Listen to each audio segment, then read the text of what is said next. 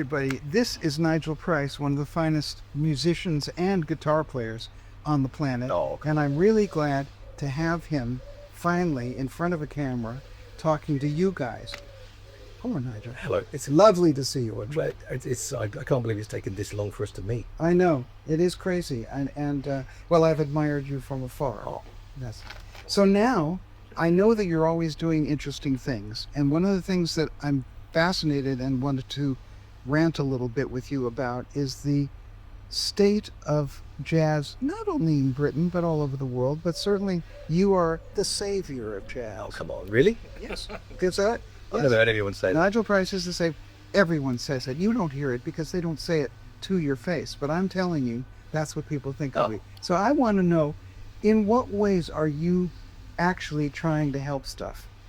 Well, of course, there was COVID, which happened all over the world. Yes. And which was what it was. Yes, sure. But then as we were coming back, different countries dealt with that in different ways. Yes. And I think definitely in Europe, I'm not sure about the States, but there were huge sort of packages of help. There was a lot of money given to the arts because they recognised that it had been dealt a bit of a that's nice. blow, you know.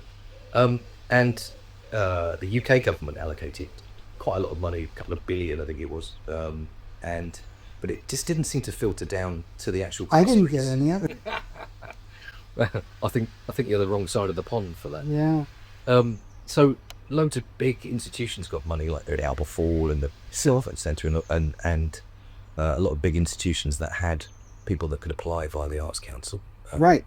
But these smaller venues didn't seem to get anything, and we all know where jazz happens. There aren't that many clubs. No. And so, well, definitely over here in the UK.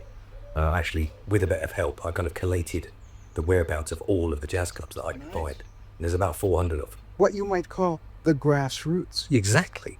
But of course, everyone's version of grassroots is something different. But for me, I'm talking about venues that don't have premises. Right. So they'll have pubs, churches, and exactly. clubs. Sure. So for the venues that actually got clubs, we've only got 9, I think, in the UK. Mm-hmm. Yet there's another 391. So none of these venues got any money. Right. So I watched with horror, really, as a lot of these places started closing because there was no money. And so as a sort of knee-jerk reaction, I started a crowdfunding campaign and nice. And started, trying to help these people out. Sure.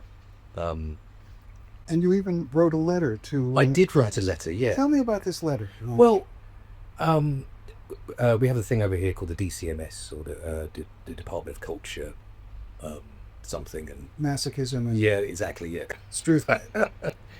And so I thought it would carry weight if I got the previous recipients of the Parliamentary Jazz Awards. Right, sure. To those guys. To add their signatures, of which I am one, actually. Yes, you are.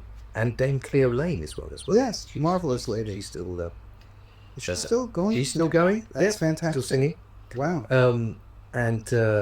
So I basically just stated the case, and everyone signed this letter. We sent it up there, and I didn't hear anything. No. And I thought, oh well, that's that then. But actually, something did happen, and I ended up having a meeting with the Arts Council, with an MP and Musicians Union, and I ended up getting funded. Great. And well, I've missed one important bit, and that's that in the meantime I'd started a charity called Grassroots Jazz. Exactly. Good name. Yeah, well, it does what it says on the tin. Yes, that's exactly. And so but the Arts Council aren't allowed to give you money to give out to other people. Right. Or fund a conduit organisation, as they say.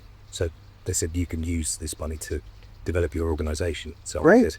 But what I wanted to do was make a kind of Instagram tuition film for the older promoters. Nice. Because with the best will in the world, some of the older promoters don't really get the internet as much as the younger ones. No, they don't. And they speak brilliant. And the other thing was to make a documentary, a sort of fly on the wall thing, or to do a documentary. But I just decided to go around the UK interviewing jazz club. Great. Owners, grassroots. Good. Volunteer jazz club promoters. This is just to see what. Fantastic. Now, this film, when it's finished, Yes. when it's finished. Very soon. Very soon. Where are they going to be able to see it? Online? Well, I did make a few inquiries about it going into TV, and I spoke to a few people in the TV industry, and they said, don't bother. It's that industry is in trouble anyway. So they just said put it on YouTube. So Right. I think that's probably the best place. But YouTube is good, and I will certainly have loads of links to it right underneath this video. All right. To my thousands of loving and darling subscribers who you won't get this content anywhere else. Who's going to get Nigel Price to talk to holding this gorgeous guitar? Which I should have cleaned. Well, maybe so, but I'm going to use that segue, that beautiful segue to your guitar. Now, this guitar you designed? What could you say designed? I could say it. I was. I'll give you the medium length story. I was just driving about down in South London, and I got a phone call from Martin Taylor, the great Martin Taylor, our mutual friend. Yes, and he said that there was a guitar company called Fibonacci. Yes. Based very near me that that wanted people to endorse the guitars. Right. So I had a look at them, and I wasn't really that into them, just because they were quite small-bodied and very deep. Yes, small body and very deep. Yeah. Yes, and as a result, I couldn't see over them. Yeah, that's right. I know. I played his guitar. Oh, right. Okay. And it's a beautifully made instrument, but it's fat. Yeah. And, and it doesn't help that I've got my own little protrudence as well. Little fat But on it. I do like to be able to see my fingers. Yes, sure. So, and I also like to have something wide enough so it's going to sit on your knee, Yes, I so agree. It's ergonomically. Yeah, in case you're in a certain club and you forget your strap. And also on the other side, of course, you've got the arm, and it's very important to me to have your elbow just hooked up the top. And this is a 17-inch. Right. Very nice. It just lands right there, and it feels really great. No arm in that. Sorry, folks, but that's what you're going to expect when you get Richard Niles making a serious interview. Okay, but now tell me about this. This wood is so beautiful. It's maple. That is maple? It is maple. Wow, it doesn't look like maple. It looks like a kind of a leopard. Yeah, I know. When it first turned up, it was all naked and white, and then they sent it away for staining. It came back, and all the grain came out. Yes. God, it was just amazing. That's it. And so we've got one pickup. Yeah. And then you've got this. What's the? This is a coil tap thing. Oh, I see. Nice. So you can switch it to single. Oh, really? Which is not that use. But you don't use it. Well, if I end up with this Fender Twin, you can take the heat out. Right. But no, not really. And then just volume and tone. I love that about it as well. Well, I had a guitar made for me years and years ago, 2004, and the guy who's making it said, if you're never going to use the treadle pickup, just don't have one. Yeah, don't have it. Save your money. I agree. And plus, the other thing is, I noticed about listening to this guitar is that a lot of people have jazz guitars that are like, this is a jazz guitar. But when you hear them and when you play them, they sound thin. Yes. Now whenever I've heard your videos, it doesn't sound thin at all, but it does have the woody sound. It's a very woody sound. Yes. Now, how did you do that? Well, I maybe it's just coincidence, but I guess if you've got quite a big body guitar, it's gonna sound. Yes. Well, not only that, but this guy is a great idea. Now is this leather? Or yes, just a strip of leather just stops that happening. I know, I agree. And I use just a piece of foam rubber because I'm, some kind of weirdo. But that is a great idea. A piece of leather goes in and out.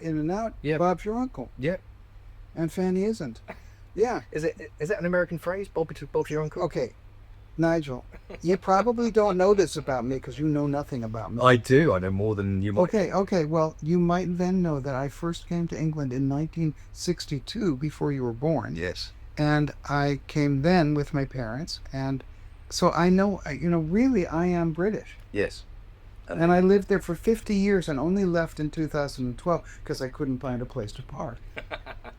And there's another segue, folks. But we'll make another video just about parking in London. Yes.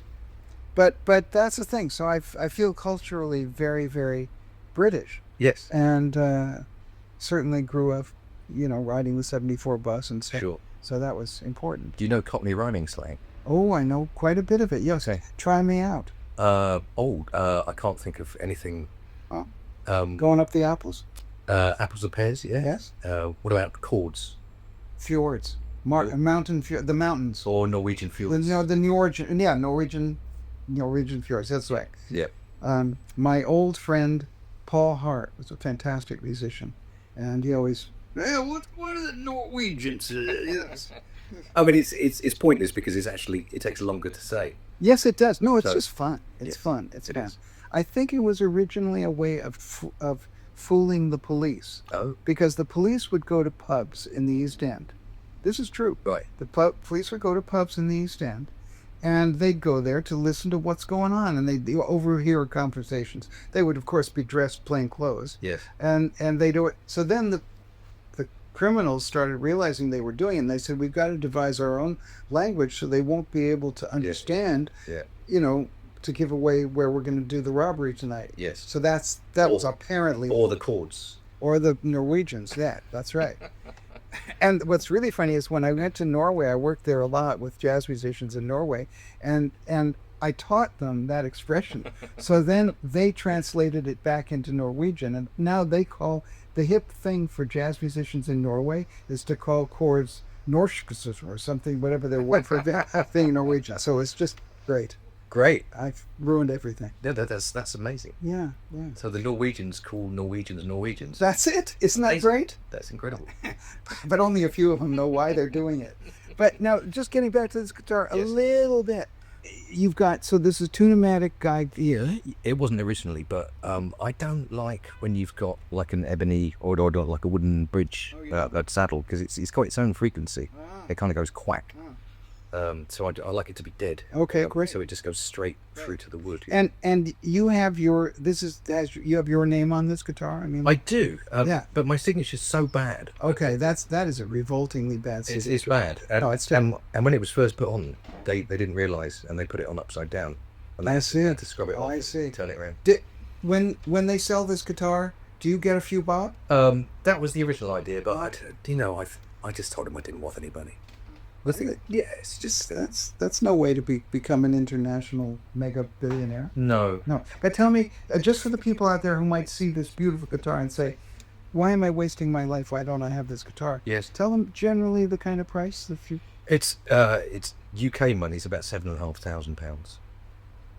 It's a fantastic guitar, and it's worth every penny of it. I think and so is Nigel, and I hope you'll catch him at his next gig, which is, by the time you see this video, going to be on Mars or someplace like that. But meanwhile, this is great. Oh, I also want to ask you about this thing. You got some feedback? Yeah. I mean, that just pops out. Oh, that's rubber? I used to get them from Doug's Plugs. Doug's Plugs? But in fact, I think Doug got a bit ill, and I found a place over here. Plugs, yeah. And now you only use one, or you? I just but right. I'll shove it in there and it never. Doug's Plugs. Okay. Yeah. All right. Well, I wanted to get all the little details. I'll cut that in. Well, I mean, there is one more thing, and that's I had the whole neck pulled out a little bit. So this is the 15th fret here. Yes. So you can get on the dusty end. Ah, good. The dusty end. Yes. Well, I noticed that but see, this construction is like some of the very old guitars. Right. I mean, the 30s guitars. Okay. 20s, because Eddie Lang invented the L5. He designed it. Oh, really? Yes. He was sick of playing in big orchestras and bands where he couldn't be heard. Right. And he had an L4, which is circular, kind of oval, kind of. Yeah. But it still wasn't loud enough. Right. And he said, "Listen, my buddy Joe Venuti has F-holes." Right. And it's louder. The violin is very loud. Yeah. So I want my guitar to be very loud. Make me a guitar with F-holes. And in the old days, they had made mandolins and older instruments with F, but not really guitars. Sure. So he had them make the L5. I didn't know that. Yes. Well, now you know. There you go. And my dad was given Eddie Lang's actual L5, which he had for many years, and you can hear it on the album, Joe Venuti and Tony Romano, live at Gold Star Studios. Yes, indeed. And the guitar has this incredible bell-like, beautiful tone. Right. And a few years later, actually, not a few, but like 10 years later, the guitar was stolen out of the back of his car. Oh, no. Yes. Did he ever get it back? Nope. Oh. I never got it back, but I found out who has it. Really? Yeah. And I asked him politely about the situation, working something out. And he said 2 words to me, and one of the words was off. So, yes, indeed. But anyway, this is the thing. So, guys, now I'm finally going to end this interview, which I don't want to do, because we could talk for hours about hippos and penguins and small little fluffy animals. But we are, in fact, going to talk about goodbye. And thank you, Nigel, for doing this for me. It's an absolute pleasure. And I hope this helps spread the word about your grassroots jazz crusade. I would call it a crusade. Well, thank you. I really appreciate it. Okay. It really does make a difference. Yeah, great. Great. Okay, man. Good morning. Good Good to evening. talk to you. Good afternoon. Okay. Radio Dum Dum Radio. All about